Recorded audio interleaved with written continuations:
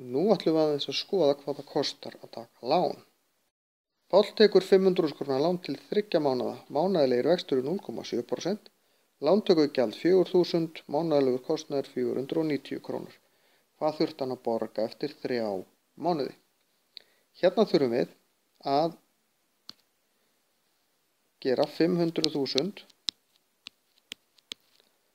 sinnum 1,007, bætum í raun og veru 0,7% við 100%, fáum þá 100,7%, þetta þá í raun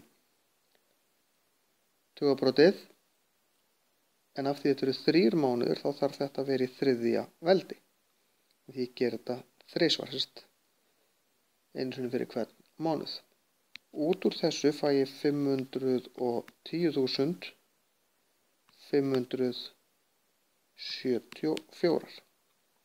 Ég þarf líka að gera 3 sinnum 490 krónur. Ég þarf að borga það 3, einu sinni fyrir hvern mánuð. Það eru 1.470 krónur og svo þarf ég að leggja 4.000 krónurnar við. Hann þarf að borga 516.044 krónur. Hann er að borga 16.044 krónur í kostnað.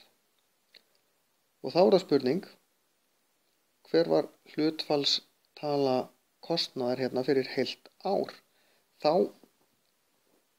má ég í raun ekki nota þessa tölu. Þá þarf ég að gera þetta í raun allt aftur, gera 500.000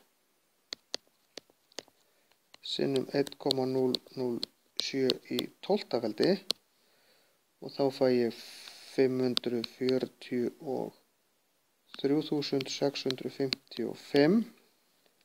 Ég þarf að gera 12 sinnum 490 sem eru 5.880 og aftur 4.000 því það er bara einu sinni. Þegar ég legg þetta allt saman fæ ég 553.535.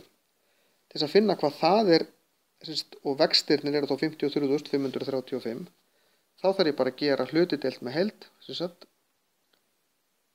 53.535 deilt með 500.000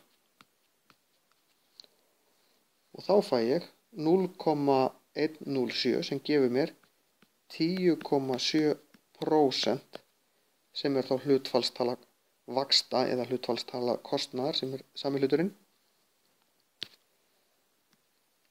Það kostar hann 10% af því sem hann tekur út í kostnað. Rúmlega það meira sér, rúm 50.000. Þannig að hér sjáum við, það er bara dýrt að taka lán. Þetta er ekki alltaf bara spurning vextina. Við þurfum líka að taka til lántökugjaldið og annan kostnað sem fellur til. Þetta geta verið seðilgjöld eða eitthvað skráningargjöld, misjafnt eftir lánastofnunum hve há þessi gjöld eru. Og þó svo þessir vextir virðist vera lágir, þá er þetta mánaðarlegir vextir. Þetta væri mjög lágt ef þetta væri ársvextir. En þetta eru mánaðarvextir, þannig að við þurfum að gera þetta í sinnum 1,07 í 12. veldi til þess að fá út raunverulega hverjir ársvextirnir eru. Þannig að lánastofnanir er alveg vel útpældar í að reyna að láta lán líta út fyrir að vera ódýrari en þau eru í raun og veru. Þannig að við þurfum að passa okkur á þessu og geta séð út og það er skylda. Ef þið ætlið að taka lán þá eigið þið að sjá þessa tölu hér. Þannig að ef ég var í lánastofnun og ætlaði að bjóða ykkur upp á svona lán þá þyrfti ég að sýna ykkur áður þið takið lánið að hlutfallstala vaxta eða hlutfallstala kostnaðar er 10,7% fyrir svona lán.